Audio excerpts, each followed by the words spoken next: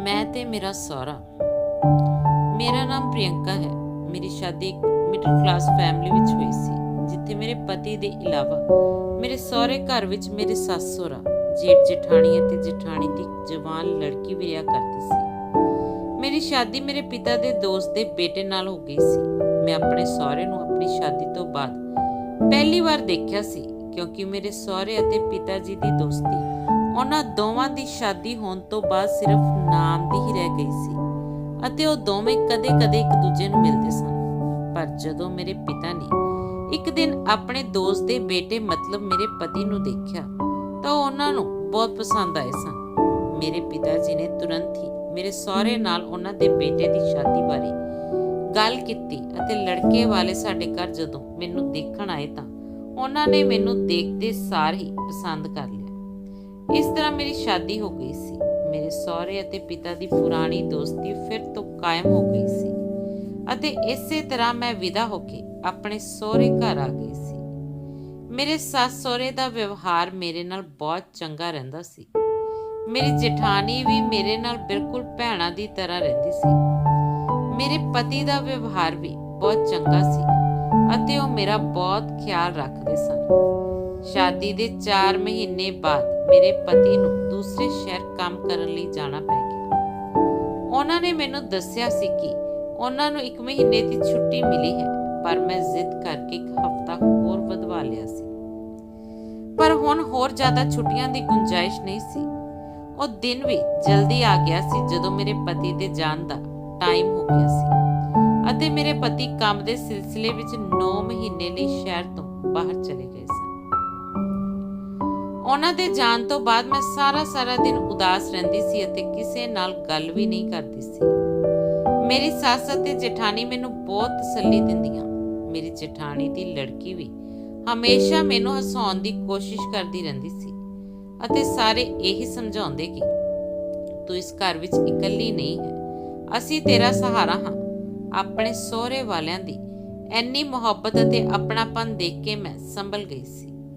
ਰੋਜ਼ ਮੇਰੇ ਪਤੀ ਦੀ ਵੀ ਕਾਲ ਆਉਂਦੀ ਸੀ ਅਤੇ ਉਹ ਵੀ ਮੈਨੂੰ ਬਹੁਤ ਸਮਝਾਉਂਦੇ ਸਨ। ਹੌਲੀ ਮੈਂ ਨਾਰਮਲ ਹੋ ਗਈ ਸੀ। ਮੇਰੇ ਪਤੀ ਨੂੰ ਗਏ ਹੋਏ ਵੀ ਹੁਣ 15 ਦਿਨ ਗੁਜ਼ਰ ਗਏ ਸਨ, ਪਰ ਮੇਰੇ ਨਾਲ ਇੱਕ ਅਜੀਬ ਜਿਹਾ ਹਾਦਸਾ ਹੋਣ ਲੱਗਾ। ਕੁਝ ਅਜਿਹਾ ਹੋਣ ਲੱਗਾ ਕਿ ਜੋ ਮੇਰੀ ਸਮਝ ਵਿੱਚ ਨਹੀਂ ਆ ਰਿਹਾ ਸੀ ਕਿ ਆਖਰ ਮੇਰੇ ਨਾਲ ਅਜਿਹਾ ਕਿਉਂ ਹੋ ਰਿਹਾ ਹੈ। ਮੈਂ ਕਿਸੇ ਨੂੰ ਕੁਝ ਦੱਸ ਵੀ ਨਹੀਂ ਸਕਦੀ ਸੀ, ਕਿਉਂਕਿ ਮੇਰੀ ਖੁਦ ਵੀ ਸਮਝ ਵਿੱਚ ਨਹੀਂ ਆ ਰਿਹਾ ਸੀ।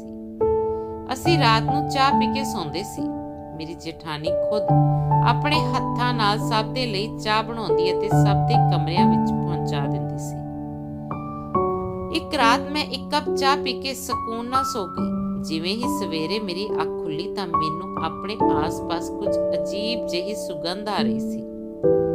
ਹੌਲੀ ਜਦੋਂ ਮੇਰੀਆਂ ਅੱਖਾਂ ਖੁੱਲੀਆਂ ਤਾਂ ਮੈਨੂੰ ਮਹਿਸੂਸ ਹੋਇਆ ਕਿ ਇਹ ਤਾਂ ਮੂਵ ਦੀ ਸਮੈਲ ਆ ਰਹੀ ਹੈ। ਮੈਂ ਆਪਣੀਆਂ ਅੱਖਾਂ ਖੋਲੀਆਂ ਅਤੇ ਅੱਖਾਂ ਖੋਲ ਕੇ ਆਪਣੇ ਆਸ-ਪਾਸ ਦੇਖਿਆ ਤਾਂ ਉੱਥੇ ਕੁਝ ਵੀ ਨਹੀਂ ਸੀ। ਪਰ ਜਿਵੇਂ ਹੀ ਮੇਰੀ ਨਜ਼ਰ ਆਪਣੇ ਹੱਥਾਂ ਪੈਰਾਂ ਤੇ ਪਈ ਤਾਂ ਮੈਂ ਹੈਰਾਨ ਰਹਿ ਗਈ ਕਿ ਮੇਰੇ ਹੱਥਾਂ ਪੈਰਾਂ ਤੇ ਲਾਲ ਨਿਸ਼ਾਨ ਹੋ ਰਹੇ ਸਨ ਅਤੇ ਮੇਰੇ ਹੱਥ ਪੈਰ ਸੁੱਜ ਗਏ ਸਨ। ਮੈਨੂੰ ਯਾਦ ਨਹੀਂ ਆ ਰਿਹਾ ਸੀ ਕਿ ਮੈਂ ਰਾਤ ਨੂੰ ਸੌਂਦੇ ਸਮੇਂ ਮੂਵ ਕਦੋਂ ਲਗਾਈ ਸੀ। ਪਤਾ ਨਹੀਂ ਇਹ ਸਭ ਕੁਝ ਕਿਵੇਂ ਹੋਇਆ ਸੀ। ਮੈਂ ਇਹੀ ਸੋਚਦੇ ਹੋਏ ਬਾਥਰੂਮ ਵਿੱਚ ਨਹਾਉਣ ਲਈ ਚਲੀ ਗਈ ਅਤੇ ਜਦੋਂ ਨਹਾਉਂਦੇ ਹੋਏ ਮੇਰੇ ਹੱਥ ਪੈਰ ਤੇ ਪਾਣੀ ਪਿਆ ਤਾਂ ਹੌਲੀ ਲਾਲ ਰੰਗ ਛੁੱਟ ਗਿਆ ਸੀ। ਪਰ ਇਹ ਕੀ? ਮੇਰੇ ਪੂਰੇ ਸਰੀਰ ਤੇ ਹੀ ਲਾਲ ਰੰਗ ਦੇ ਨਿਸ਼ਾਨ ਪਏ ਹੋਏ ਸਨ। ਮੈਂ ਖੁਦ ਤੋਂ ਬੁਰੀ ਤਰ੍ਹਾਂ ਨਾਲ ਡਰ ਰਹੀ ਸੀ। ਮੇਰੀਆਂ ਅੱਖਾਂ ਵਿੱਚ ਹੰਝੂ ਆਉਣ ਲੱਗੇ ਸਨ। ਮੇਰੇ ਲਈ ਇਹ ਸਭ ਕੁਝ ਬੜਾ ਅਜੀਬ ਜਿਹਾ ਸੀ, ਕਿਉਂਕਿ ਇਸ ਤੋਂ ਪਹਿਲਾਂ ਮੇਰੇ ਨਾਲ ਅਜਿਹਾ ਕਦੇ ਵੀ ਕੁਝ ਵੀ ਨਹੀਂ ਹੋਇਆ ਸੀ। ਜਦੋਂ ਨਹਾ ਕੇ ਬਾਥਰੂਮ ਤੋਂ ਬਾਹਰ ਨਿਕਲੀ ਤਾਂ ਮੇਰੇ ਸਰੀਰ ਤੇ ਲਾਲ ਰੰਗ ਖਤਮ ਹੋ ਚੁੱਕਾ ਸੀ, ਪਰ ਹਲਕੀ ਸੋਜ ਬਚੀ ਸੀ। ਮੇਰਾ ਸਰੀਰ ਕੰਬ ਰਿਹਾ ਸੀ ਅਤੇ ਮੈਂ ਬੈੱਡ ਤੇ ਆ ਕੇ ਲੇਟ ਗਈ। ਮੇਰੇ ਦਿਲ ਵਿੱਚ ਅਜੀਬ ਖਿਆਲ ਆ ਰਹੇ ਸਨ ਕਿ ਆਖਰ ਇਹ ਲਾਲ ਰੰਗ ਮੇਰੇ ਸਰੀਰ ਤੇ ਕਿਸਨੇ ਲਗਾਇਆ ਸੀ। ਪਰ ਤਦ ਹੀ ਮੇਰੇ ਦਿਮਾਗ ਵਿੱਚ ਇੱਕ ਗੱਲ ਆਈ ਕਿ ਕਿਤੇ ਇਹ ਕੋਈ ਮਜ਼ਾਕ ਤਾਂ ਨਹੀਂ, ਜਾਂ ਫਿਰ ਰਾਤ ਵਿਚਕਾਰ ਕਿਸੇ ਕੀੜੇ ਨੇ ਤਾਂ ਮੈਨੂੰ ਨਹੀਂ ਕੱਟ ਲਿਆ, ਜਿਸ ਦਾ ਰਿਐਕਸ਼ਨ ਮੈਨੂੰ ਹੋ ਗਿਆ ਹੈ। ਕਿਤੇ ਮਜ਼ਾਕ ਮੇਰੀ ਜਠਾਣੀ ਦੀ ਲੜਕੀ ਨੇ ਤਾਂ ਨਹੀਂ ਕੀਤਾ। ਇਹ ਸੋਚ ਕੇ ਮੈਨੂੰ ਥੋੜਾ ਜਿਹਾ ਦਿਲਾਸਾ ਮਿਲਿਆ ਕਿ ਸ਼ਾਇਦ ਇਹ ਮਜ਼ਾਕ ਵੀ ਤਾਂ ਹੋ ਸਕਦਾ ਹੈ, ਕਿਉਂਕਿ ਮੇਰੇ ਸਰੀਰ ਤੇ ਕਿਸੇ ਤਰ੍ਹਾਂ ਦਾ ਕੋਈ ਦਰਦ ਜਾਂ ਤਕਲੀਫ ਮਹਿਸੂਸ ਨਹੀਂ ਹੋ ਰਹੀ ਸੀ।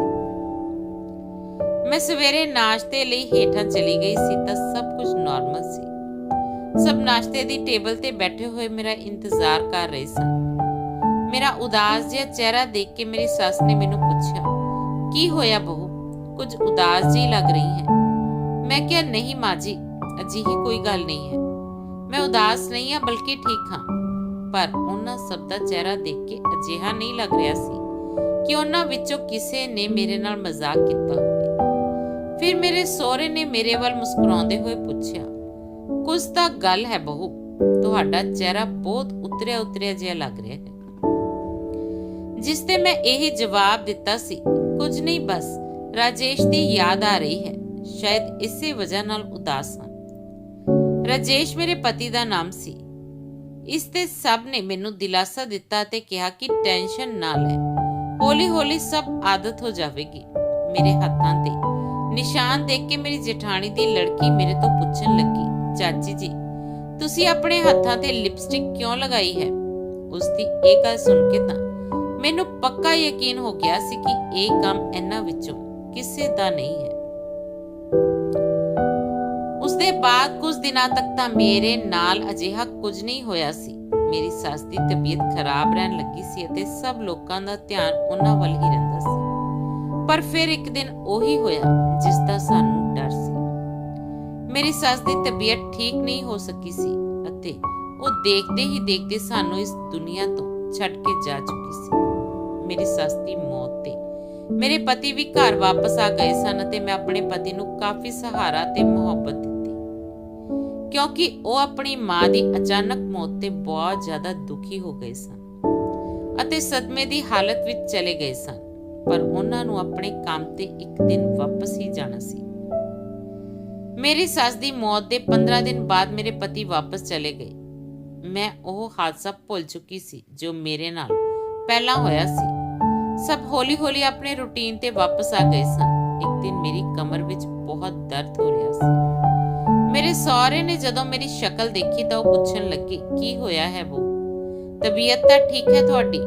ਮੈਂ ਆਪਣੇ ਸਹੁਰੇ ਨੂੰ ਕਿਹਾ ਕਿ ਕੁਝ ਨਹੀਂ, ਬਸ ਅੱਜ ਮੇਰੀ ਕਮਰ ਵਿੱਚ ਬਹੁਤ ਦਰਦ ਹੋ ਰਿਹਾ ਹੈ। ਮੇਰਾ ਸਹੁਰਾ ਮੇਰੇ ਕੋਲ ਆ ਕੇ ਬੈਠ ਗਿਆ ਤੇ ਮੇਰੇ ਸਿਰ ਤੇ ਹੱਥ ਫੇਰ ਕੇ ਕਹਿਣ ਲੱਗੇ, ਬਹੂ ਬੁਰਾ ਨਾ ਮੰਨੇ ਤਾਂ ਇੱਕ ਗੱਲ ਕਹਾਂ, ਮੈਂ ਤੁਹਾਡੀ ਕਮਰ ਤੇ ਮੂਵ ਲਗਾ ਦਿੰਦਾ ਹਾਂ, ਜਿਸ ਨਾਲ ਤੁਹਾਡੀ ਕਮਰ ਦਾ ਦਰਦ ਬਿਲਕੁਲ ਠੀਕ ਹੋ ਜਾਵੇਗਾ।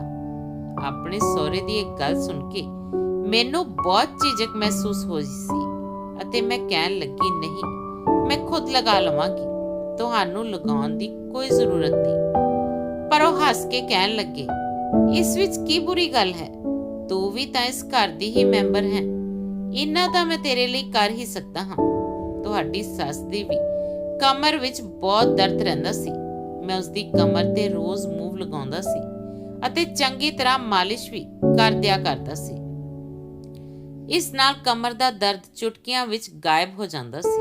ਤੁਹਾਡੀ ਸੱਸ ਕਹਿੰਦੀ ਸੀ, ਜੇਕਰ ਕਿਸੇ ਦੀ ਕਮਰ ਵਿੱਚ ਦਰਦ ਹੋਵੇ ਤਾਂ ਉਹ ਤੁਹਾਡੇ ਹੱਥੋਂ ਮਾਲਿਸ਼ ਕਰਵਾ ਲਵੇ, ਉਸ ਦੀ ਕਮਰ ਦਾ ਦਰਦ ਤਾਂ ਚੁਟਕੀਆਂ ਵਿੱਚ ਹੀ ਖਤਮ ਹੋ ਜਾਵੇਗਾ। ਪਰ ਤੂੰ ਤਾਂ ਮੈਨੂੰ ਗੈਰ ਸਮਝ ਰਹੀ ਹੈ। ਉਹ ਉਦਾਸ ਹੋ ਕੇ ਕਹਿ ਰਹੇ ਸਨ। ਮੇਰਾ ਮਕਸਦ ਉਹਨਾਂ ਦਾ ਦਿਲ ਦੁਖਾਉਣਾ ਨਹੀਂ ਸੀ। ਆਖਰ ਮੈਂ ਹਿਚਕਿਚਾਉਂਦੇ ਹੋਏ ਮੰਨ ਗਈ। ਉਸ ਦਿਨ ਘਰ ਦੇ ਸਭ ਲੋਕ ਮੰਦਰ ਗਏ ਹੋਏ ਸਨ, ਸਿਰਫ ਮੇਰਾ ਸਹੁਰਾ ਹੀ ਘਰੇ ਮੌਜੂਦ ਸੀ। ਕਮਰ ਦੇ ਦਰਦ ਦੀ ਵਜ੍ਹਾ ਨਾਲ ਮੈਂ ਮੰਦਰ ਨਹੀਂ ਜਾ ਸਕੀ ਸੀ। ਮੈਂ ਲੇਟ ਗਈ ਅਤੇ ਮੇਰਾ ਸਹੁਰਾ ਜਾ ਕੇ ਆਪਣੇ ਕਮਰੇ ਤੋਂ ਮੂਵ ਲੈ ਕੇ ਆਇਆ ਅਤੇ ਮੇਰੀ ਕਮਰ ਤੇ ਲਗਾਉਣ ਲੱਗਾ। ਜਦੋਂ ਮਾਲਿਸ਼ ਹੋ ਗਈ ਤਾਂ ਉਹ ਮੁਸਕਰਾ ਕੇ ਕਹਿਣ ਲੱਗੇ ਕਿ ਦੱਸ ਹੁਣ ਕਿਉਂ ਜਿਹਾ ਲੱਗ ਰਿਹਾ ਹੈ। ਮੈਂ ਵੀ ਹੱਸ ਕੇ ਜਵਾਬ ਦਿੱਤਾ ਕਿ ਤੁਸੀਂ ਤਾਂ ਬਹੁਤ ਚੰਗੀ ਮਾਲਿਸ਼ ਕਰਦੇ ਹੋ, ਮੇਰੀ ਕਮਰ ਦਾ ਦਰਦ ਤਾਂ ਬਿਲਕੁਲ ਠੀਕ ਹੋ ਗਿਆ। ਉਹ ਕਹਿਣ ਲੱਗੇ, ਹੁਣ ਦੇਖ, ਮੈਂ ਇਸੇ ਮੂਵ ਨਾਲ ਤੇਰੇ ਪੈਰਾਂ ਦੀ ਮਾਲਿਸ਼ ਕਰਦਾ ਹਾਂ, ਤੇਰੇ ਪੈਰਾਂ ਨੂੰ ਬਹੁਤ ਚੰਗਾ ਮਹਿਸੂਸ ਹੋਵੇਗਾ ਅਤੇ ਤੈਨੂੰ ਬਹੁਤ ਆਰਾਮ ਮਿਲੇਗਾ। ਇਸ ਤੋਂ ਪਹਿਲਾਂ ਮੈਂ ਕੁਝ ਕਹਿ ਪਾਉਂਦੀ, ਉਹਨਾਂ ਨੇ ਆਪਣੇ ਹੱਥਾਂ ਨਾਲ ਮੇਰੇ ਪੈਰਾਂ ਤੇ ਮਾਲਿਸ਼ ਕਰਨੀ ਸ਼ੁਰੂ ਕਰ ਦਿੱਤੀ। ਮੈਂ ਹਿਚਕਿਚਾਉਂਦੇ ਹੋਏ ਚੁੱਪ ਹੋ ਗਈ ਸੀ। ਉਸ ਮੂਵ ਦੀ ਖੁਸ਼ਬੂ ਬਹੁਤ ਤੇਜ਼ ਸੀ।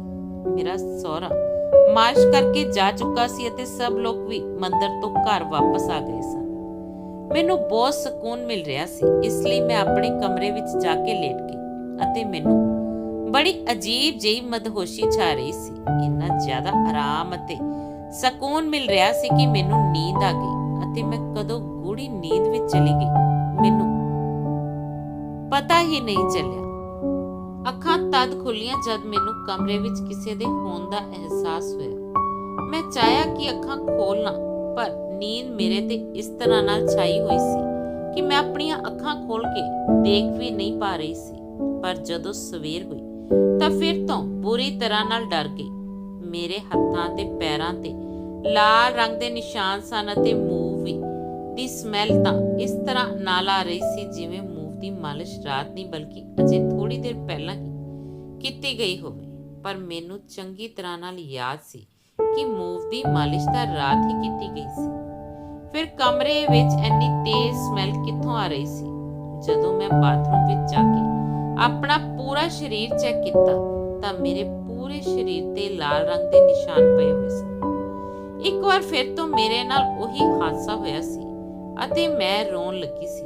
ਮੈਂ ਉਹਨਾਂ ਲਾਲ ਰੰਗ ਦੇ ਨਿਸ਼ਾਨਾਂ ਨੂੰ ਛੁਡਾਉਣ ਲਈ ਆਪਣੇ ਪੂਰੇ ਸਰੀਰ ਤੇ ਪਾਣੀ ਪਾ ਲਿਆ ਤੇ ਨਹਾਉਣ ਲੱਗ ਗਈ। ਮੇਰੇ ਦਿਮਾਗ ਵਿੱਚ ਅਜੀਬ ਤਰ੍ਹਾਂ ਦੇ ਖਿਆਲ ਆ ਰਹੇ ਸਨ। ਮੈਨੂੰ ਉਂਝ ਵੀ ਬਹੁਤ ਡਰ ਲੱਗਦਾ ਸੀ। ਮੈਂ ਸ਼ੁਰੂ ਤੋਂ ਹੀ ਡਰਪੋਕ ਰਹੀ ਸੀ। ਜਦੋਂ ਮੈਨੂੰ ਪਤਾ ਚੱਲਿਆ ਕਿ ਇਹ ਕੰਮ ਕਿਸੇ ਗੈਰ ਆਦਮੀ ਦਾ ਹੈ ਤਾਂ ਮੈਂ ਬਹੁਤ ਜ਼ਿਆਦਾ ਡਰ ਗਈ ਸੀ। ਮੈਨੂੰ ਤਾਂ ਆਪਣੇ ਆਪ ਤੋਂ ਹੀ ਡਰ ਲੱਗਣ ਲੱਗਿਆ ਸੀ। ਜਦੋਂ ਮੈਂ ਬਾਥਰੂਮ ਵਿੱਚ ਜਾ ਕੇ ਨਿਸ਼ਾਨਾਂ ਨੂੰ ਛੁਡਾਉਣ ਦੀ ਕੋਸ਼ਿਸ਼ ਕਰਦੀ ਤਾਂ ਉਹ ਛੁੱਟ ਵੀ ਜਾਂਦੇ ਸਨ ਅਤੇ ਕੋਈ ਨਿਸ਼ਾਨ ਹਲਕਾ ਰਹਿ ਵੀ ਜਾਂਦਾ ਸੀ। ਮੇਰਾ ਦਿਲ ਚਾਹੁੰਦਾ ਕਿ ਮੈਂ ਇਸ ਬਾਰੇ ਆਪਣੇ ਪਤੀ ਨੂੰ ਦੱਸਾਂ ਕਿ ਆਖਰ ਮੇਰੇ ਨਾਲ ਅਜਿਹਾ ਕਿਵੇਂ ਹੋ ਸਕਦਾ ਹੈ। ਇਹ ਸਭ ਸੋਚ ਕੇ ਮੇਰੇ ਸਿਰ ਵਿੱਚ ਬਹੁਤ ਦਰਦ ਹੋਣ ਲੱਗਾ ਸੀ ਅਤੇ ਮੇਰੀ ਤਬੀਅਤ ਵੀ ਖਰਾਬ ਹੋਣ ਲੱਗੀ ਸੀ। ਮੈਂ ਕੰਮ ਤੋਂ ਫ੍ਰੀ ਹੋ ਕੇ ਆਪਣੇ ਕਮਰੇ ਵਿੱਚ ਆ ਕੇ ਲੇਟ ਗਈ ਅਤੇ ਦਵਾਈ ਖਾਣ ਲੱਗੀ ਸੀ। ਜਿਵੇਂ ਹੀ ਮੈਂ ਦਵਾਈ ਖਾਣ ਲਈ ਡਰਾਅਰ ਖੋਲ੍ਹਿਆ ਤਾਂ ਉਸ ਵਿੱਚ ਮੂਵ ਦੇ ਪੈਕੇਟ ਵੀ ਪਏ ਹੋਏ ਸਨ। ਕਾਫੀ ਸਾਰੇ ਮੂਵ ਦੇ ਟਿਊਬ ਰੱਖੇ ਹੋਏ ਸਨ। ਉਸ ਤੋਂ ਮੈਨੂੰ ਪਤਾ ਚੱਲ ਗਿਆ ਕਿ ਇਹ ਉਹੀ ਮੂਵ ਦੇ ਪੈਕੇਟ ਹਨ ਜਿਸ ਦੀ ਖੁਸ਼ਬੂ ਮੇਰੇ ਕਮਰੇ ਵਿੱਚ ਆਉਂਦੀ ਹੈ। ਪਰ ਸੋਚਣ ਵਾਲੀ ਗੱਲ ਇਹ ਹੈ ਕਿ ਇਹ ਇੰਨੇ ਸਾਰੇ ਮੇਰੇ ਕਮਰੇ ਵਿੱਚ ਕਿੱਥੋਂ ਆ ਗਏ? ਮੇਰੇ ਕੋਲ ਤਾਂ ਸਿਰਫ ਇੱਕ ਹੀ ਮੂਵ ਦਾ ਟਿਊਬ ਸੀ।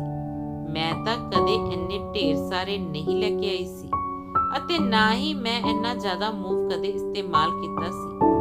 ਪਰ ਰਾਤ ਜੋ ਮੇਰੇ ਮੂਵ ਲਗਾਇਆ ਗਿਆ ਸੀ ਉਹ ਮੇਰਾ ਸਹੁਰਾ ਆਪਣੇ ਕਮਰੇ ਤੋਂ ਲੈ ਕੇ ਆਇਆ ਸੀ। ਤਾਂ ਫਿਰ ਇਹ ਸਾਰੇ ਮੇਰੇ ਕੋਲ ਕੀ ਕਰ ਰਹੇ ਸਨ? ਇਹ ਸਭ ਸੋਚਣ ਦੇ ਚੱਕਰ ਵਿੱਚ ਮੈਂ ਇਹ ਵੀ ਭੁੱਲ ਗਈ ਸੀ ਕਿ ਮੈਂ ਡਰਾਅਰ ਦਵਾਈ ਕੱਢਣ ਲਈ ਖੋਲ੍ਹਿਆ ਸੀ। ਪਰ ਇਸ ਮੂਵ ਦੀ ਖੁਸ਼ਬੂ ਇੰਨੀ ਜ਼ਿਆਦਾ ਸੀ ਕਿ ਮੈਨੂੰ ਉਹ ਪੈਕੇਟ ਦੂਰੋਂ ਹੀ ਦਿਖਾਈ ਦੇ ਗਏ ਸਨ। ਉਸ ਨੂੰ ਸੁੰਘਣ ਤੇ ਮੈਨੂੰ ਚੱਕਰ ਜਿਹੇ ਆ ਗਏ ਸਨ। ਮੈਂ ਉਸ ਮੂਵ ਦੇ ਪੈਕੇਟ ਨੂੰ ਉੱਥੇ ਹੀ ਰੱਖਿਆ ਅਤੇ ਸੋਚਣ ਲੱਗੀ, ਆਖਰ ਇਹ ਕਿਹੋ ਜਿਹਾ ਮੂਵ ਸੀ ਜਿਸ ਦੀ ਖੁਸ਼ਬੂ ਹੀ ਅਲੱਗ ਹੈ ਅਤੇ ਇਹ ਇੰਨੇ ਢੇਰ ਸਾਰੇ ਮੇਰੇ ਕਮਰੇ ਵਿੱਚ ਵੀ ਮੌਜੂਦ ਸਨ। ਮੈਂ ਕਮਰੇ ਤੋਂ ਬਾਹਰ ਚਲੀ ਗਈ ਅਤੇ ਨਾਰਮਲ ਤਰੀਕੇ ਨਾਲ ਬਿਹੇਵ ਕਰਨ ਲੱਗੀ। ਇਸ ਦੇ ਬਾਅਦ ਮੈਂ ਕਿਚਨ ਵਿੱਚ ਜਾ ਕੇ ਨਾਸ਼ਤਾ ਬਣਾਇਆ ਤੇ ਫਿਰ ਸਾਰਾ ਦਿਨ ਮੇਰਾ ਕੋਈ ਨਾ ਕੋਈ ਕੰਮ ਕਰਦੇ ਹੋਏ ਹੀ ਗੁਜ਼ਰ ਗਿਆ ਸੀ। ਪਰ ਮੈਨੂੰ ਬਹੁਤ ਟੈਨਸ਼ਨ ਹੋ ਰਹੀ ਸੀ ਅਤੇ ਮੈਂ ਸੋਚ ਲਿਆ ਸੀ ਕਿ ਸ਼ਾਇਦ ਅੱਜ ਦੀ ਰਾਤ ਮੇਰੇ ਨਾਲ ਕੁਝ ਅਜਿਹਾ ਨਹੀਂ ਹੋਵੇਗਾ। ਪਰ ਮੈਂ ਗਲਤ ਸਾਬਤ ਹੋਈ। ਅਗਲੇ ਦਿਨ ਫਿਰ ਤੋਂ ਮੈਂ ਸਵੇਰੇ ਜਿਵੇਂ ਹੀ ਉੱਠੀ ਤਾਂ ਫਿਰ ਤੋਂ ਮੇਰੇ ਸਰੀਰ ਤੇ ਲਾਲ ਰੰਗ ਦੇ ਨਿਸ਼ਾਨ ਪਏ ਹੋਏ ਸਨ ਅਤੇ ਅੱਜ ਤਾਂ ਮੇਰੇ ਪੂਰੇ ਸਰੀਰ ਤੇ ਸੋਜ ਆ ਰਹੀ ਸੀ। ਇਹ ਸਭ ਦੇਖ ਕੇ ਮੇਰੀ ਜ਼ੋਰਦਾਰ ਚੀਖ ਨਿਕਲ ਗਈ। ਮੇਰੀ ਚੀਖ ਪੂਰੇ ਘਰ ਵਿੱਚ ਗੂੰਜ ਉੱਠੀ ਸੀ। ਮੇਰੇ ਚੀਖਣ ਦੀ ਆਵਾਜ਼ ਸੁਣ ਕੇ ਮੇਰੀ ਜਠਾਣੀ ਅਤੇ ਉਸਦੀ ਲੜਕੀ ਵੀ ਮੇਰੇ ਕਮਰੇ ਵਿੱਚ ਆ ਗਈਆਂ ਸਨ। ਮੇਰੇ ਸਰੀਰ ਤੇ ਇਸ ਤਰ੍ਹਾਂ ਦੇ ਲਾਲ ਰੰਗ ਦੇ ਨਿਸ਼ਾਨ ਦੇਖ ਕੇ ਅਤੇ ਸੋਜ ਦੇਖ ਕੇ ਉਹ ਹੈਰਾਨ ਹੋ ਕੇ ਰਹਿ ਗਈਆਂ ਸਨ ਅਤੇ ਬੜੇ ਗੌਰ ਨਾਲ ਮੈਨੂੰ ਦੇਖਣ ਲੱਗੀਆਂ। ਮੇਰੀ ਜਠਾਣੀ ਕਹਿਣ ਲੱਗੀ, ਤੁਹਾਨੂੰ ਕੀ ਹੋਇਆ ਹੈ? ਇਹ ਲਾਲ-ਲਾਲ ਨਿਸ਼ਾਨ ਕਿਵੇਂ ਲੱਗੇ ਹੋਏ ਹਨ? ਮੈਨੂੰ ਕੁਝ ਵੀ ਸਮਝ ਵਿੱਚ ਨਹੀਂ ਆ ਰਿਹਾ ਸੀ ਕਿ ਮੈਂ ਕੀ ਕਰਾਂ। ਮੈਂ ਹਿੰਮਤ ਕਰਕੇ ਉਹਨਾਂ ਨੂੰ ਦੱਸਣਾ ਸ਼ੁਰੂ ਕੀਤਾ ਕਿ ਇਹ ਸਭ ਕਿਵੇਂ ਹੋਇਆ ਹੈ ਅਤੇ ਕਿੰਨੇ ਦਿਨਾਂ ਤੋਂ ਹੋ ਰਿਹਾ ਹੈ। ਮੇਰੀ ਜੇਠਾਣੀ ਅਤੇ ਉਸ ਦੀ ਲੜਕੀ ਮੈਨੂੰ ਬੜੇ ਗੌਰ ਨਾਲ ਦੇਖ ਰਹੀਆਂ ਸੀ ਅਤੇ ਘੂਰ ਰਹੀਆਂ ਸੀ। ਫਿਰ ਮੇਰੀ ਜੇਠਾਣੀ ਕਹਿਣ ਲੱਗੀ, ਤੂੰ ਰਾਤ ਨੂੰ ਕੁਝ ਖਾ ਲਿਆ ਹੋਵੇਗਾ ਜਿਸ ਦੀ ਵਜ੍ਹਾ ਨਾਲ ਤੁਹਾਡਾ ਸਰੀਰ ਸੁੱਜ ਗਿਆ ਹੈ ਅਤੇ ਇਹ ਤਾਂ ਲਿਪਸਟਿਕ ਦੇ ਨਿਸ਼ਾਨ ਹਨ। ਸ਼ਾਇਦ ਤੂੰ ਹੀ ਆਪਣੇ ਸਰੀਰ ਤੇ ਲਗਾਏ ਹੋਣਗੇ ਅਤੇ ਧੋਤੇ ਬਿਨਾਂ ਹੀ ਸੋ ਗਈ ਹੋਵੇਗੀ। ਇਸੇ ਵਜ੍ਹਾ ਨਾਲ ਤੇਰੇ ਸਾਰੇ ਕੱਪੜਿਆਂ ਤੇ ਲਿਪਸਟਿਕ ਲੱਗ ਗਈ ਹੈ। ਇਹ ਗੱਲਾਂ ਸੁਣ ਕੇ ਮੈਂ ਹੋਰ ਵੀ ਜ਼ਿਆਦਾ ਰੋਣ ਲੱਗੀ ਅਤੇ ਸੋਚ ਵਿੱਚ ਪੈ ਗਈ ਕਿ ਇਹਨਾਂ ਲੋਕਾਂ ਨੂੰ ਕਿਵੇਂ ਯਕੀਨ ਦਿਵਾਵਾਂ। ਇਹ ਗੱਲ ਸੁਣ ਕੇ ਦੋਵੇਂ ਮਾਂ ਬੇਟੀ ਇੱਕ ਦੂਜੇ ਵੱਲ ਦੇਖਣ ਲੱਗੀਆਂ ਤੇ ਕਹਿਣ ਲੱਗੀਆਂ ਕਿ ਇੱਥੇ ਕੋਈ ਨਹੀਂ ਆ ਸਕਦਾ। ਘਰ ਵਿੱਚ ਜਿੰਨੇ ਵੀ ਲੋਕ ਹਨ ਸਭ ਆਪਣੇ ਕੰਮ ਨਾਲ ਕੰਮ ਰੱਖਦੇ ਹਨ। ਤੁਹਾਨੂੰ ਗਲਤਫਹਿਮੀ ਹੋਈ ਹੈ। ਇੰਨਾ ਕਹਿ ਕੇ ਉਹਨਾਂ ਨੇ ਮੈਨੂੰ ਨਹਾਉਣ ਲਈ ਕਹਿ ਦਿੱਤਾ ਤੇ ਮੇਰੇ ਹੱਥ ਪੈਰ ਵੀ ਸਾਫ਼ ਕਰ ਦਿੱਤੇ ਤੇ ਕਿਹਾ ਕਿ ਨਾਸ਼ਤਾ ਕਰਨ ਦੇ ਲਈ ਹੇਠਾਂ ਆ ਜਾਓ, ਉਸ ਦੇ ਬਾਅਦ ਗੱਲ ਕਰਾਂਗੇ। ਮੈਂ ਨਹਾ ਧੋ ਕੇ ਫਰੈਸ਼ ਹੋ ਗਈ ਸੀ ਅਤੇ ਮੈਂ ਆਪਣੇ ਕੱਪੜੇ ਵੀ ਚੇਂਜ ਕਰ ਲਏ ਸਨ ਅਤੇ ਆਪਣੇ ਰੂਮ ਦੀ ਸਫਾਈ ਕਰਨ ਤੋਂ ਬਾਅਦ ਮੈਂ ਬਾਹਰ ਆ ਗਈ ਸੀ। ਪਰ ਮੇਰਾ ਸਹੁਰਾ ਮੈਨੂੰ ਦੇਖ ਕੇ ਪਰੇਸ਼ਾਨ ਹੋ ਗਿਆ ਸੀ। ਉਹਨਾਂ ਨੇ ਮੇਰੇ ਤੋਂ ਪੁੱਛਿਆ, ਕੀ ਹੋਇਆ ਹੈ ਬਹੂ, ਤੂੰ ਪਰੇਸ਼ਾਨ ਲੱਗ ਰਹੀ ਹੈ। ਜੋ ਹੋਇਆ ਸੀ ਮੈਂ ਉਹਨਾਂ ਨੂੰ ਸਭ ਕੁਝ ਦੱਸ ਦਿੱਤਾ। ਇਹ ਸੁਣ ਕੇ ਉਹ ਚੁੱਪ ਹੋ ਗਏ ਅਤੇ ਕਹਿਣ ਲੱਗੇ, ਪਰੇਸ਼ਾਨ ਨਾ ਹੋ, ਨਾਸ਼ਤਾ ਕਰ ਲੈ। ਨਾਸ਼ਤਾ ਕਰਨ ਤੋਂ ਬਾਅਦ ਮੇਰਾ ਸਹੁਰਾ ਮੇਰੇ ਕੋਲ ਆ ਕੇ ਬੈਠ ਗਿਆ ਅਤੇ ਕਹਿਣ ਲੱਗਾ ਕਿ ਤੂੰ ਫਿਕਰ ਨਾ ਕਰ, ਮੈਂ ਤੇਰੇ ਨਾਲ ਹਾਂ, ਮੈਂ ਤੈਨੂੰ ਕੁਝ ਨਹੀਂ ਹੋਣ ਦਿਆਂਗਾ। ਉਹਨਾਂ ਦੀਆਂ ਇਹ ਗੱਲਾਂ ਸੁਣ ਕੇ ਮੈਨੂੰ ਦਿਲਾਸਾ ਮਿਲਿਆ ਸੀ। ਉਸ ਦੇ ਬਾਅਦ ਮੇਰੀ ਜੇਠਾਣੀ ਮੇਰੇ ਕੋਲ ਆਈ ਅਤੇ ਕਹਿਣ ਲੱਗੀ, ਤੂੰ ਡਰ ਨਾ, ਸਾਡੇ ਘਰ ਵਿੱਚ ਅਜਿਹਾ ਕੁਝ ਨਹੀਂ ਹੈ, ਤੂੰ ਬੇਵਜ੍ਹਾ ਹੀ ਪਰੇਸ਼ਾਨ ਹੋ ਰਹੀ ਹੈ। ਮੇਰੀ ਸ਼ਾਦੀ ਨੂੰ 18 ਸਾਲ ਹੋ ਗਏ ਹਨ। ਮੈਂ ਅੱਜ ਤੱਕ ਇੱਥੇ ਕੁਝ ਵੀ ਅਜਿਹਾ ਮਹਿਸੂਸ ਨਹੀਂ ਕੀਤਾ ਤੇ ਨਾ ਹੀ ਕਿਸੇ ਹੋਰ ਨਾਲ ਅਜਿਹਾ ਹੋਇਆ ਹੈ। ਇਹ ਸਿਰਫ ਤੁਹਾਡਾ ਵਹਿਮ ਹੈ ਅਤੇ ਕੁਝ ਨਹੀਂ। ਆਪਣੀ ਜੇਠਾਣੀ ਦੀਆਂ ਗੱਲਾਂ ਸੁਣ ਕੇ ਮੈਂ ਉਹਨਾਂ ਦੀ ਤਰਫ ਦੇਖਿਆ ਤੇ ਕਿਹਾ ਕਿ ਭਾਬੀ, ਤੁਸੀਂ ਕਿਵੇਂ ਕਹਿ ਸਕਦੇ ਹੋ ਕਿ ਇਹ ਮੇਰਾ ਵਹਿਮ ਹੋ ਸਕਦਾ ਹੈ ਅਤੇ ਮੈਂ ਇੰਨੀ ਵੱਡੀ ਗੱਲ ਕਿਵੇਂ ਭੁੱਲ ਸਕਦੀ ਹਾਂ। ਉਸ ਦੇ ਬਾਅਦ ਮੇਰੀ ਜੇਠਾਣੀ ਮੈਨੂੰ ਸਮਝਾਉਣ ਦੀ ਕੋਸ਼ਿਸ਼ ਕਰਨ ਲੱਗੀ, ਪਰ ਮੈਂ ਕਿਵੇਂ ਮੰਨ ਸਕਦੀ ਸੀ ਕਿਉਂਕਿ ਜੋ ਮੇਰੇ ਨਾਲ ਹੋਇਆ ਸੀ ਉਹ ਬੜੀ ਹੀ ਅਜੀਬ ਜਿਹੀ ਗੱਲ ਸੀ। ਪਰ ਮੈਂ ਹੁਣ ਚੰਗੀ ਤਰ੍ਹਾਂ ਨਾਲ ਜਾਣ ਚੁੱਕੀ ਸੀ ਕਿ ਹੁਣ ਜੋ ਕਰਨਾ ਹੋਵੇਗਾ ਉਹ ਮੈਨੂੰ ਖੁਦ ਹੀ ਕਰਨਾ ਹੋਵੇਗਾ। ਇਹ ਲੋਕ ਮੇਰੀ ਗੱਲ ਨੂੰ ਕਦੇ ਨਹੀਂ ਸਮਝ ਸਕਦੇ। ਆਖਰਕਾਰ ਮੈਨੂੰ ਇਹਨਾਂ ਦੀਆਂ ਗੱਲਾਂ ਵਿੱਚ ਹਾਂ ਮਿਲਾਉਣੀ ਹੀ ਪਵੇਗੀ। ਮੈਂ ਰੋਜ਼ ਦੀ ਤਰ੍ਹਾਂ ਆਪਣੇ ਕੰਮਾਂ ਵਿੱਚ ਬਿਜ਼ੀ ਹੋ ਗਈ। ਅਗਲੇ ਦਿਨ ਮੈਂ ਸਵੇਰੇ ਉੱਠੀ ਤਾਂ ਫਿਰ ਤੋਂ ਉਹੀ ਸਭ ਮੇਰੇ ਨਾਲ ਹੋਇਆ ਸੀ ਜੋ ਹੁੰਦਾ ਆ ਰਿਹਾ ਸੀ। ਪਰ ਅੱਜ ਮੈਨੂੰ ਹੈਰਾਨੀ ਨਹੀਂ ਹੋਈ ਸੀ, ਬਲਕਿ ਮੈਨੂੰ ਬਹੁਤ ਗੁੱਸਾ ਆ ਰਿਹਾ ਸੀ। ਹੁਣ ਮੈਨੂੰ ਕਿਸੇ ਵੀ ਹਾਲ ਵਿੱਚ ਇਸ ਸੱਚਾਈ ਦਾ ਪਤਾ ਲਗਾ ਕੇ ਹੀ ਰਹਿਣਾ ਸੀ ਕਿ ਆਖਿਰ ਮੇਰੇ ਨਾਲ ਅਜਿਹਾ ਕਿਉਂ ਹੋ ਰਿਹਾ ਹੈ ਅਤੇ ਇਹ ਸਭ ਕੁਝ ਕੌਣ ਕਰ ਰਿਹਾ ਹੈ। ਕੌਣ ਹੈ ਇਸ ਹਰਕਤ ਦੇ ਪਿੱਛੇ ਜੋ ਬਾਰ-ਬਾਰ ਮੈਨੂੰ ਪਰੇਸ਼ਾਨ ਕਰਦਾ ਹੈ। ਮੈਂ ਸੋਚਿਆ ਅਤੇ ਫਿਰ ਡਰਾਅਰ ਖੋਲ੍ਹਿਆ ਜਿੱਥੇ ਹੁਣ ਤੱਕ ਉਹ ਮੂਵ ਦੇ ਪੈਕੇਟ ਮੌਜੂਦ ਸਨ। ਮੇਰੇ ਦਿਮਾਗ ਵਿੱਚ ਇੱਕ ਗੱਲ ਆਈ ਕਿ ਇਹ ਮੂਵ ਉਹੀ ਤਾਂ ਨਹੀਂ ਜਿਸ ਵਜ੍ਹਾ ਨਾਲ ਮੈਂ ਬੇਹੋਸ਼ ਹੋ ਕੇ ਨੀਂਦ ਵਿੱਚ ਆ ਜਾਂਦੀ ਹਾਂ। ਇਸ ਮੂਵ ਵਿੱਚ ਕੁਝ ਤਾਂ ਗੜਬੜ ਹੈ। ਮੈਂ ਕੁਝ ਸੋਚ ਸਮਝ ਹੀ ਨਹੀਂ ਸਕਦੀ ਸੀ, ਪਰ ਹੁਣ ਰਾਜ਼ ਖੁੱਲਣ ਵਾਲਾ ਸੀ। ਮੈਂ ਜਲਦੀ ਨਾਲ 2 ਪੈਕੇਟ ਮੂਵ ਦੇ ਮੰਗਵਾਏ ਅਤੇ 2 ਜੋ ਪੈਕੇਟ ਮੇਰੇ ਕੋਲ ਰੱਖੇ ਹੋਏ ਸੀ ਉਹਨਾਂ ਨਾਲ ਮੈਚ ਕਰਕੇ ਦੇਖੇ। ਦੋਵਾਂ ਵਿੱਚ ਕਾਫੀ ਫਰਕ ਆ ਰਿਹਾ ਸੀ। ਮਾਰਕੀਟ ਤੋਂ ਮੰਗਵਾਇਆ ਹੋਇਆ ਮੂਵ ਕੁਝ ਹੋਰ ਸੀ ਅਤੇ ਜੋ ਮੇਰੇ ਰੂਮ ਵਿੱਚ ਰੱਖਿਆ ਹੋਇਆ ਸੀ ਉਹ ਕੁਝ ਹੋਰ ਸੀ। ਫਿਲਹਾਲ ਮੈਂ ਜੋ ਮੂਵ ਦੇ ਪੈਕੇਟ ਮੇਰੇ ਡਰਾਅਰ ਵਿੱਚ ਰੱਖੇ ਹੋਏ ਸਨ ਉਹ ਉੱਥੇ ਹਟਾ ਦਿੱਤੇ ਅਤੇ ਜੋ ਮੈਂ ਮਾਰਕੀਟ ਤੋਂ ਮੰਗਵਾਏ ਸਨ ਉਹ ਡਰਾਅਰ ਵਿੱਚ ਰੱਖ ਦਿੱਤੇ। ਪਤਾ ਨਹੀਂ ਫਿਰ ਅਜੀਬੋ ਗਰੀਬ ਹਰਕਤ ਕੌਣ ਕਰ ਰਿਹਾ ਸੀ। ਮੈਨੂੰ ਇਹ ਸਭ ਜਾਣਨਾ ਸੀ। ਜਿਵੇਂ ਜਿਵੇਂ ਰਾਤ ਕਰੀਬ ਆ ਰਹੀ ਸੀ, ਸੱਚਾਈ ਜਾਣਨ ਦੀ ਦਿਲਚਸਪੀ ਹੋਰ ਵੀ ਜ਼ਿਆਦਾ ਵੱਧਦੀ ਜਾ ਰਹੀ ਸੀ। ਆਖਰ ਰਾਤ ਹੋਈ। ਸਭ ਲੋਕਾਂ ਨੇ ਇਕੱਠੇ ਮਿਲ ਕੇ ਖਾਣਾ ਖਾਧਾ ਤੇ ਸਭ ਆਪਣੇ ਆਪਣੇ ਕਮਰਿਆਂ ਵਿੱਚ ਸੌਣ ਲਈ ਚਲੇ ਗਏ ਸਨ। ਮੈਂ ਜਿਵੇਂ ਹੀ ਕਮਰੇ ਵਿੱਚ ਗਈ ਤਾਂ ਮੈਂ ਜਾਣ ਬੁੱਝ ਕੇ ਸੌਣ ਦਾ ਨਾਟਕ ਕਰਨ ਲੱਗੀ, ਕਿਉਂਕਿ ਅੱਜ ਮੈਨੂੰ ਹਰ ਹਾਲ ਵਿੱਚ ਉਸ ਇਨਸਾਨ ਦਾ ਪਤਾ ਲਗਾਉਣਾ ਸੀ ਜੋ ਮੇਰੇ ਨਾਲ ਰੋਜ਼ ਰਾਤ ਨੂੰ ਅਜਿਹਾ ਕਰ ਰਿਹਾ ਸੀ। ਅੱਜ ਦੀ ਰਾਤ ਮੈਂ ਸੌਣਾ ਨਹੀਂ ਸੀ, ਬਲਕਿ ਜਾਗ ਕੇ ਸਾਰੀ ਸੱਚਾਈ ਦਾ ਪਤਾ ਲਗਾਉਣਾ ਸੀ। ਰਾਤ ਦੇ 12 ਵੱਜ ਚੁੱਕੇ ਸਨ। ਤਦ ਹੀ ਅਚਾਨਕ ਮੇਰੇ ਕਮਰੇ ਦਾ ਦਰਵਾਜ਼ਾ ਖੁੱਲਿਆ ਤੇ ਮੇਰਾ ਸਹੁਰਾ ਮੇਰੇ ਕਮਰੇ ਵਿੱਚ ਆਇਆ ਅਤੇ ਮੈਂ ਚੁੱਪਕੇ ਨਾਲ ਅੱਖਾਂ ਖੋਲ ਕੇ ਸਭ ਕੁਝ ਦੇਖ ਰਹੀ ਸੀ। ਮੇਰਾ ਸਹੁਰਾ ਜਦੋਂ ਅੰਦਰ ਆਇਆ ਤਾਂ ਉਹਨਾਂ ਦੇ ਹੱਥ ਵਿੱਚ ਇੱਕ ਥੈਲਾ ਸੀ। ਉਹਨਾਂ ਦਾ ਇੰਨਾ ਅਜੀਬ ਤਰੀਕੇ ਨਾਲ ਕਮਰੇ ਵਿੱਚ ਆਉਣਾ ਮੈਨੂੰ ਬੜਾ ਹੀ ਅਜੀਬ ਲੱਗ ਰਿਹਾ ਸੀ। ਆਖਿਰ ਇਸ ਟਾਈਮ ਉਹਨਾਂ ਦੇ ਇਸ ਕਮਰੇ ਵਿੱਚ ਕੀ ਕੰਮ ਹੋ ਸਕਦਾ ਹੈ ਅਤੇ ਉਹ ਕਿਸ ਮਕਸਦ ਨਾਲ ਮੇਰੇ ਕਮਰੇ ਵਿੱਚ ਆਏ ਸਨ। ਪਰ ਤਦ ਹੀ ਮੈਨੂੰ ਇੱਕ ਆਦਮੀ ਦੇ ਬੋਲਣ ਦੀ ਆਵਾਜ਼ ਆਉਣ ਲੱਗੀ। ਮੇਰੇ ਸਹੁਰੇ ਦੇ ਨਾਲ ਕੋਈ ਦੂਸਰਾ ਇਨਸਾਨ ਵੀ ਮੌਜੂਦ ਸੀ।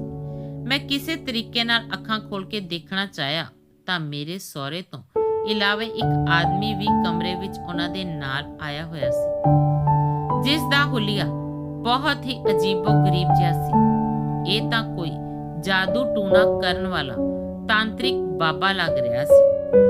ਮੈਨੂੰ ਆਪਣੇ ਕਮਰੇ ਵਿੱਚ ਉਹਨਾਂ ਦੋਵਾਂ ਨੂੰ ਇਸ ਤਰ੍ਹਾਂ ਨਾਲ ਦੇਖ ਕੇ ਬਹੁਤ ਜ਼ਿਆਦਾ ਡਰ ਲੱਗ ਰਿਹਾ ਸੀ, ਪਰ ਮੈਂ ਖੁਦ ਤੇ ਕੰਟਰੋਲ ਕਰ ਰਹੀ ਸੀ। ਮੇਰੇ ਦਿਮਾਗ ਵਿੱਚ ਅਜੀਬੋ-ਅਜੀਬ ਤਰ੍ਹਾਂ ਦੇ ਖਿਆਲ ਆਉਣ ਲੱਗੇ। ਤਦ ਹੀ ਉਹ ਆਦਮੀ ਮੇਰੇ ਸਾਹਮਣੇ ਆ ਕੇ ਬੈਠ ਗਿਆ। ਮੈਂ ਆਪਣੀ ਐਕਟਿੰਗ ਨੂੰ ਜਾਰੀ ਰੱਖਿਆ ਤੇ ਬਿਲਕੁਲ ਅਜਿਹੀ ਐਕਟਿੰਗ ਕਰ ਰਹੀ ਸੀ ਜਿਵੇਂ ਮੈਂ ਬਹੁਤ ਗੂੜੀ ਨੀਂਦ ਵਿੱਚ ਸੋ ਰਹੀ ਹਾਂ। ਮੇਰੀਆਂ ਅੱਖਾਂ ਬੰਦ ਸਨ ਅਤੇ ਉਸਨੇ ਮੇਰੇ ਸਹੁਰੇ ਨੂੰ ਕੁਝ ਕਿਹਾ ਅਤੇ ਸਹੁਰਾ ਉਸ ਦੀ ਗੱਲ ਨੂੰ ਮੰਨਦੇ ਹੋਏ ਮੇਰੇ ਬਰਾਬਰ ਵਿੱਚ ਆ ਕੇ ਬੈਠ ਗਿਆ ਅਤੇ ਮੂਵ ਕੱਢ ਕੇ ਮੇਰੇ ਪੈਰਾਂ ਤੇ ਲਗਾਉਣ ਲੱਗਾ। ਸ਼ਾਇਦ ਇਹ ਉਹੀ ਮੂਵ ਲਗਾ ਰਹੇ ਸਨ ਜੋ ਮੈਂ ਡਰਾਅਰ ਵਿੱਚ ਰੱਖੀ ਸੀ। ਉਸ ਦੇ ਥੋੜੀ ਦੇਰ ਬਾਅਦ ਹੌਲੀ-ਹੌਲੀ ਮੇਰਾ ਸਹੁਰਾ ਮੇਰੇ ਪੂਰੇ ਸਰੀਰ ਤੇ ਮੂਵ ਮਲਣ ਲੱਗਾ। ਮੈਨੂੰ ਖੂਬ ਤੇਜ਼ ਮੂਵ ਦੀ ਸਮੈਲ ਆ ਰਹੀ ਸੀ। ਇਹ ਸਭ ਕੁਝ ਮੈਂ ਚੰਗੀ ਤਰ੍ਹਾਂ ਨਾਲ ਮਹਿਸੂਸ ਕਰ ਰਹੀ ਸੀ। ਮੇਰਾ ਦਿਲ ਚਾਹ ਰਿਹਾ ਸੀ ਕਿ ਮੈਂ ਉੱਠ ਕੇ ਬੈਠ ਜਾਵਾਂ ਅਤੇ ਆਪਣੇ ਸਹੁਰੇ ਨੂੰ ਇੱਕ ਜ਼ੋਰਦਾਰ ਥੱਪੜ ਲਗਾ ਦੇ, ਕਿਉਂਕਿ ਉਹ ਮੇਰੀ ਸਾੜੀ ਦੇ ਅੰਦਰ ਹੱਥ ਪਾ ਕੇ ਮੇਰੇ ਸਾਰੇ ਸਰੀਰ ਤੇ ਮੂਵ ਮਲ ਰਹੇ ਸਨ। ਮਨ ਤਾਂ ਕਰ ਰਿਹਾ ਸੀ ਕਿ ਜ਼ੋਰ ਨਾਲ ਚੀਖਾਂ ਤੇ ਸਭ ਨੂੰ ਬੁਲਾ ਕੇ ਦੱਸ ਦਿਆਂ ਕਿ ਆਖਿਰ ਇਹ ਲੋਕ ਮੇਰੇ ਨਾਲ ਅਜਿਹਾ ਕੀ ਕਰ ਰਹੇ ਹਨ ਅਤੇ ਕਿਉਂ ਕਰ ਰਹੇ ਹਨ, ਪਰ ਮੈਂ ਅਜੇ ਅਜਿਹਾ ਕੁਝ ਨਹੀਂ ਕਰ ਸਕਦੀ ਸੀ।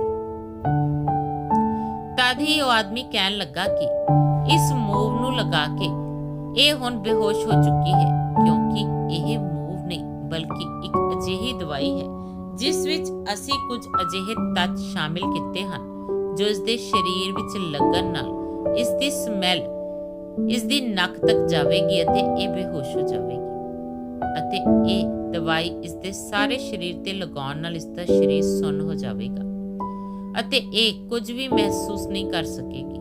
ਇਸ ਦੀ ਸਮੈਲ ਸਾਨੂੰ ਨਹੀਂ ਆ ਸਕਦੀ ਕਿਉਂਕਿ ਅਸੀਂ ਆਪਣੀ ਨੱਕ ਵਿੱਚ ਰੂਈ ਲਗਾਈ ਹੋਈ ਹੈ। ਸਾਰਾ ਅਸਰ ਸਿਰਫ ਇਸ ਲੜਕੀ ਨੂੰ ਹੀ ਹੋਵੇਗਾ। ਉਸ ਆਦਮੀ ਦੀ ਗੱਲ ਸੁਣ ਕੇ ਤਾਂ ਮੈਂ ਸਮਝ ਗਈ ਸੀ ਕਿ ਤਦ ਹੀ ਤਾਂ ਮੈਂ ਬੇਹੋਸ਼ ਹੋ ਜਾਇਆ ਕਰਦੀ ਸੀ ਅਤੇ ਮੈਨੂੰ ਕੁਝ ਵੀ ਮਹਿਸੂਸ ਨਹੀਂ ਹੁੰਦਾ ਸੀ।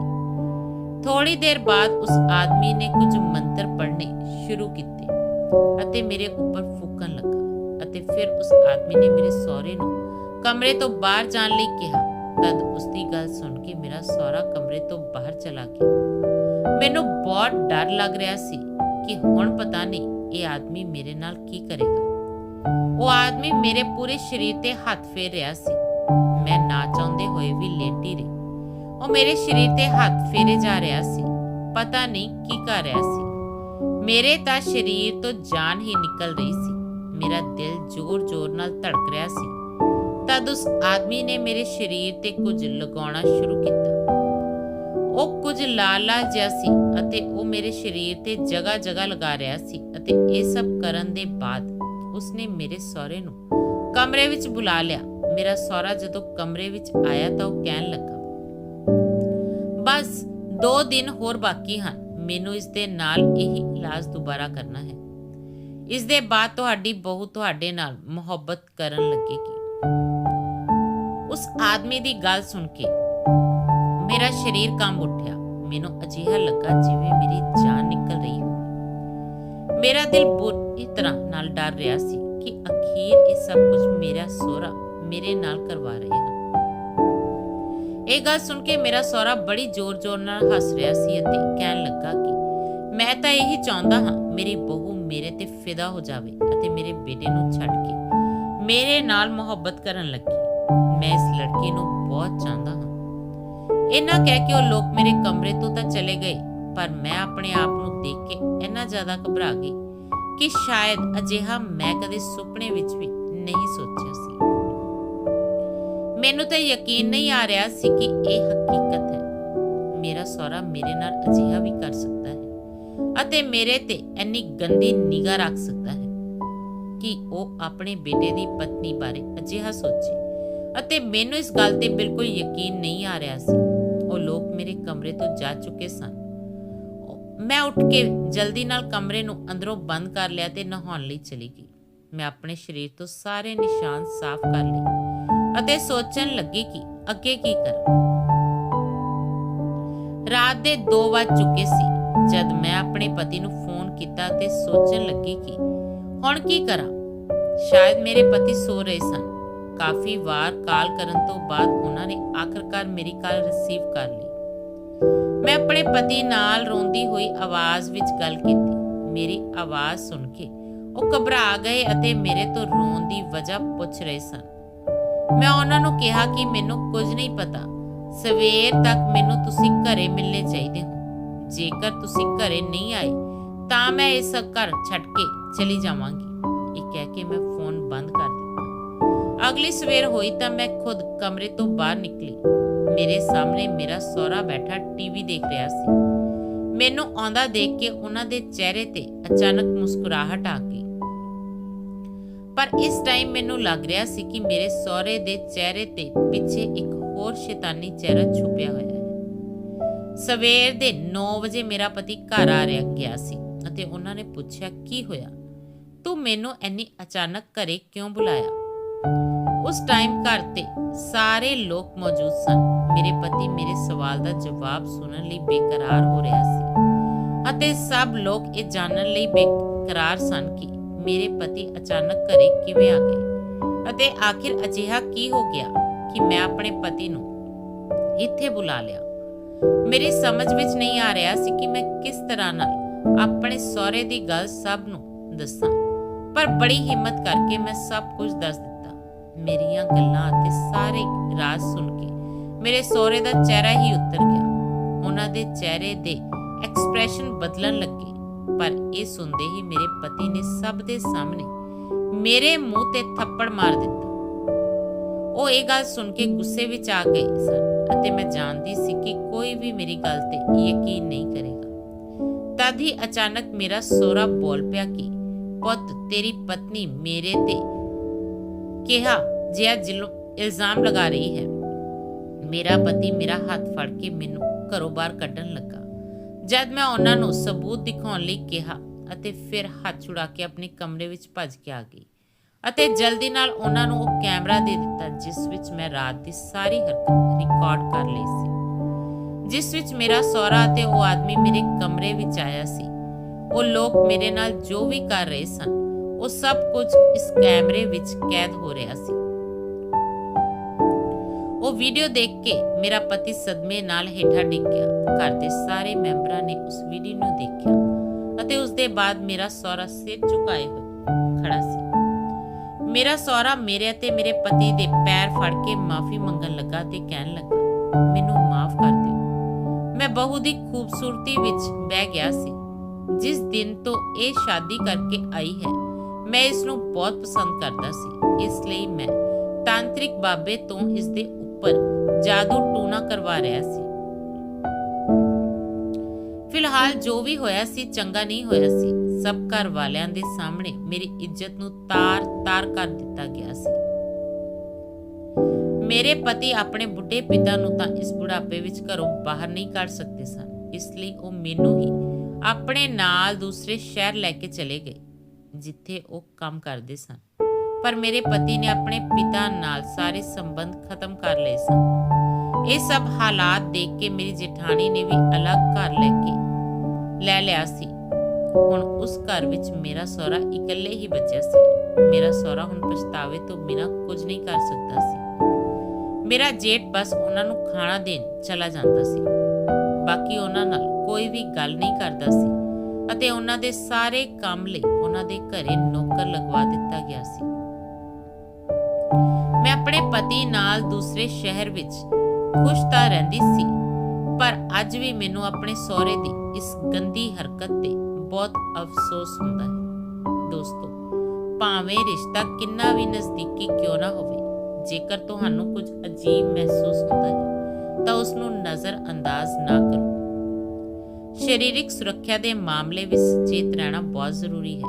ਇਹ ਕਹਾਣੀ ਸਿਖਾਉਂਦੀ ਹੈ ਕਿ ਅੱਜ ਦੇ ਸਮੇਂ ਵਿੱਚ ਸਿਰਫ ਜ਼ੁਬਾਨੀ ਇਲਜ਼ਾਮ ਲਗਾਉਣ ਨਾਲ ਕੋਈ ਯਕੀਨ ਨਹੀਂ ਕਰਦਾ।